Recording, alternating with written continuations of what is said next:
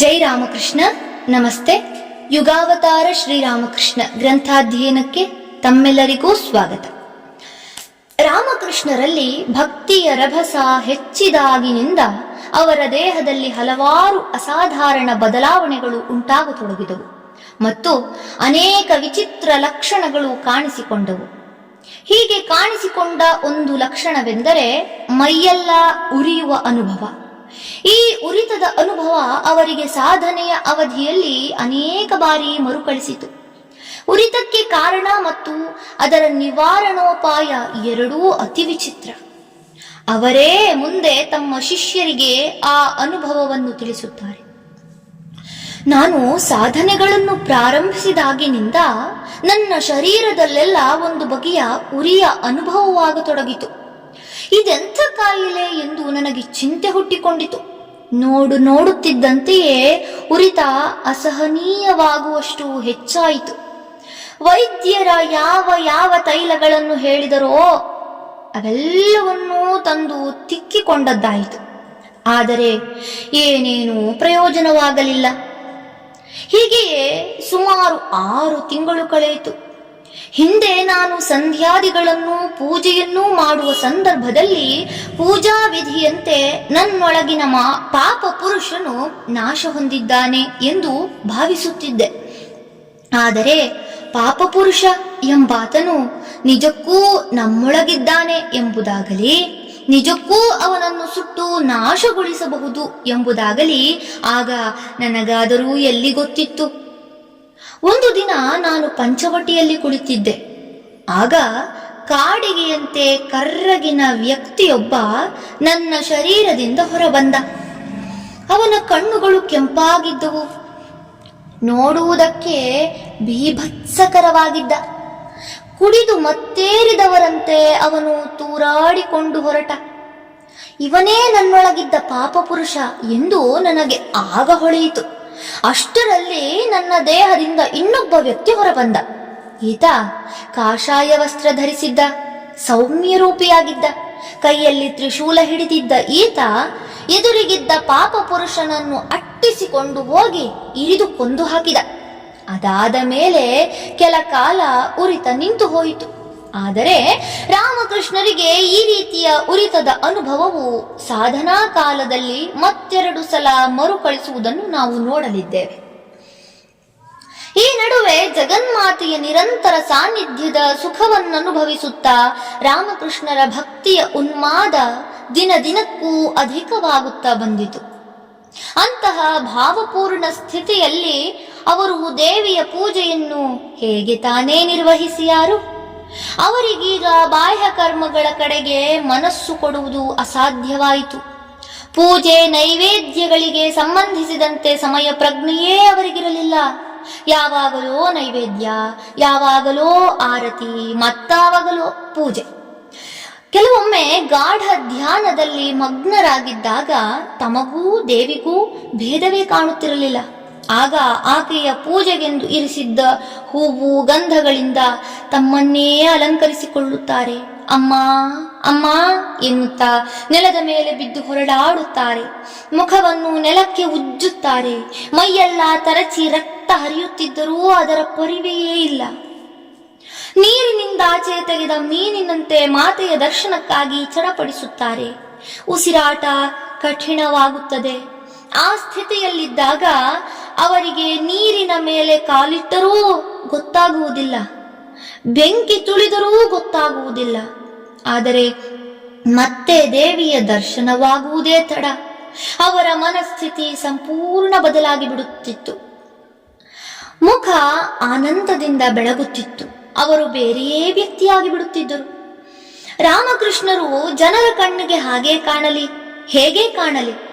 ಮಥುರನಾಥನಿಗಂತೂ ಅವರ ಮೇಲೆ ಭಕ್ತಿ ವಿಶ್ವಾಸ ಬೆಳೆಯುತ್ತಾ ಹೋಯಿತೇ ಹೊರತು ಕಡಿಮೆಯಾಗಲಿಲ್ಲ.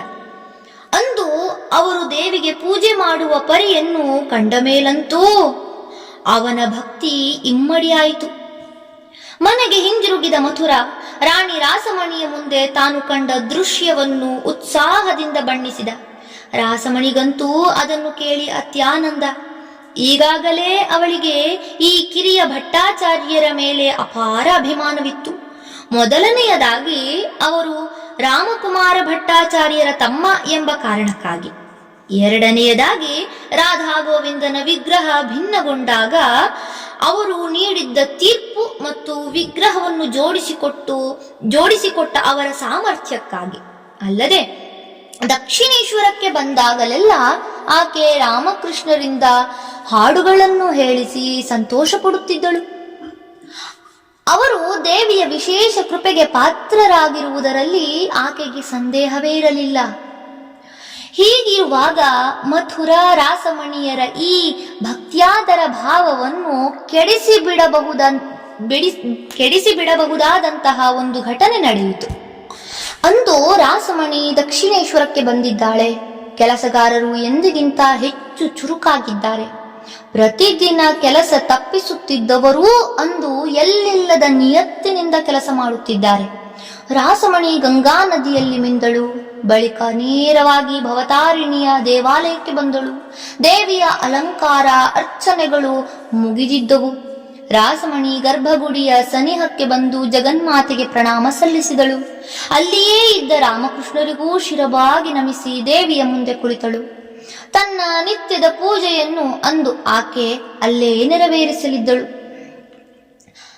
ದಕ್ಷಿಣೇಶ್ವರಕ್ಕೆ ಬಂದಾಗಲೆಲ್ಲ ಅದೇ ಅವಳ ಕಾರ್ಯಕ್ರಮ. ದೇವಿಗೆ ತನ್ನ ಯತ್ಕಿಂಚಿತ್ ಪೂಜೆಯನ್ನು ಸಲ್ಲಿಸುವುದು ಮತ್ತು ಕಿರಿಯ ಭಟ್ಟಾಚಾರ್ಯರ ಗಂಧರ್ವ ಕಂಠದಿಂದ ಹೊಮ್ಮುವ ಹಾಡುಗಳನ್ನು ಕೇಳಿ ಮೈಮರೆಯುವುದು.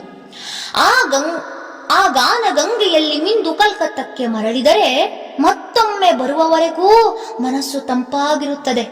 ದಿನವೆಲ್ಲ ಉದ್ಯೋಗ ವ್ಯವಹಾರಗಳ ಗೋಜಲಿನಲ್ಲೇ ಮುಳುಗಿರಬೇಕಾದ ಅವಳ ಪಾಲಿಗೆ ಇದೊಂದು ಅಮೃತ ಘಳಿಗೆ. ಎಂದಿನಂತೆ ರಾಸಮಣಿ ದೇವೀ ಪರವಾದ ಹಾಡುಗಳನ್ನು ಹಾಡುವಂತೆ ರಾಮಕೃಷ್ಣರನ್ನು ವಿನಂತಿಸಿಕೊಂಡಳು. ಅವರು ಅದಕ್ಕೆ ಕೂಡಲೇ ಒಪ್ಪಿ ಹಾಡಲಾರಂಭಿಸಿದರು. ಆದರೆ ಆಕೆ ತನಗೆ ಅನ್ನ ಕೊಟ್ಟ ಧಣಿ ಎಂಬ ಕಾರಣಕ್ಕಲ್ಲ, ಆತ್ಮತೃಪ್ತಿಗಾಗಿ ಮತ್ತು ತಮ್ಮ ಸರ್ವಸ್ವವೇ ಆದ ಆ ಕಾಳಿ ಮಾತೆಯ ಸಂತೋಷಕ್ಕಾಗಿ. ಶ್ರೀರಾಮಕೃಷ್ಣರು ತಮ್ಮ ಮಧುರತಮ ಕಂಠಶ್ರೀಯಿಂದ ಕಮಲಾಕಾಂತ, ರಾಮಪ್ರಸಾದನೇ ಮೊದಲಾದವರ ಕೀರ್ತನೆಗಳನ್ನು ಭಾವಭರಿತರಾಗಿ ಹಾಡುತ್ತಿದ್ದಾರೆ. ರಾಸಮಣಿ ಅವುಗಳನ್ನು ಆಲಿಸುತ್ತಾ ದೇವಿಗಾಗಿ ಹೂಗಳನ್ನು ಪೋಣಿಸಿ ಮಾಲೆ ತಯಾರಿಸುತ್ತಾ ಕುಳಿತಿದ್ದಾಳೆ.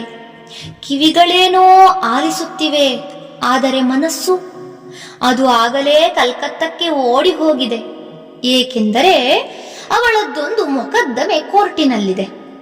ಅದರ ತೀರ್ಪು ಯಾವ ಕಡೆಗೆ ಆಗಬಹುದು ಎಂಬ ಚಿಂತೆಯಲ್ಲಿ ಅವಳ ಮನಸ್ಸು ಮುಳುಗಿದೆ.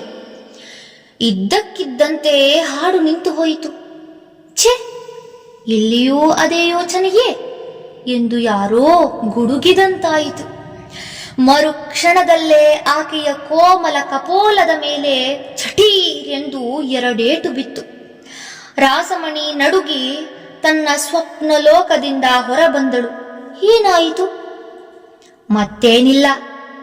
ಭಗವತಿಯ ಸನ್ನಿಧಿಯಲ್ಲೂ ಆಕೆ ತನ್ನ ಎಂದಿನ ಲೌಕಿಕ ಚಿಂತನೆಯಲ್ಲೇ ತೊಡಗಿರುವುದನ್ನು ಕಂಡ ರಾಮಕೃಷ್ಣರು ಆಕೆಯ ಗಮನವನ್ನು ಇತ್ತ ಸೆಳೆಯಲು ಸ್ವಲ್ಪ ಚುರುಕು ಮುಟ್ಟಿಸಿದರಷ್ಟೆ.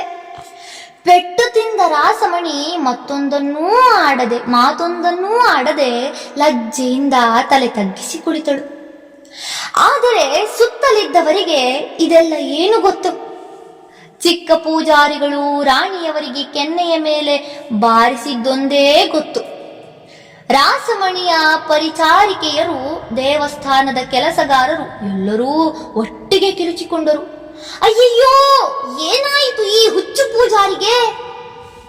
ಏನಿಲ್ಲ, ಸ್ವಲ್ಪ ಹುಚ್ಚು ಕೆರಳಿದೆ ಅಷ್ಟೇ. ಏಕೆ ಸುಮ್ಮನೆ ನೋಡುತ್ತಿದ್ದೀರಿ? ಹಿಡಿದುಕೊಳ್ಳಿ ಅವರನ್ನು. ಈ ಗಲಾಟೆ ಕೇಳಿ ದೂರದಲ್ಲಿದ್ದ ದ್ವಾರಪಾಲಕನೂ ಓಡಿ ಬಂದ. ಆಚೆ ಕಡೆ ಇದ್ದ ಪಾರುಪತ್ಯಗಾರರು ಏನಿದು ಇದ್ದಕ್ಕಿದ್ದಂತೆ ಎಂದು ಕುತೂಹಲದಿಂದ ಬಂದರು. ಎಲ್ಲರೂ ಒಂದೊಂದು ಮಾತನಾಡಿದರು. ಗಲಭೆ ಮತ್ತಷ್ಟು ಹೆಚ್ಚಾಯಿತು. ಪೆಟ್ಟು ಕೊಟ್ಟವರು ಪೆಟ್ಟು ತಿಂದವರು ಮಾತ್ರ ಶಾಂತವಾಗಿ ಕುಳಿತಿದ್ದರು. ಧನ್ಯವಾದಗಳು. ಮುಂದುವರಿದ ಭಾಗ ಮುಂದಿನ ಸಂಚಿಕೆಯಲ್ಲಿ. ಓಂ ಶಾಂತಿ ಶಾಂತಿ ಶಾಂತಿ. ಹರಿ ಓಂ ತತ್ಸತ್. ಶ್ರೀರಾಮಕೃಷ್ಣಾರ್ಪಣಮಸ್ತು. ಸರ್ವೇ ಜನ ಸುಖಿನೋ ಭವಂತು. ಜೈ ಶ್ರೀಮಾತಾ.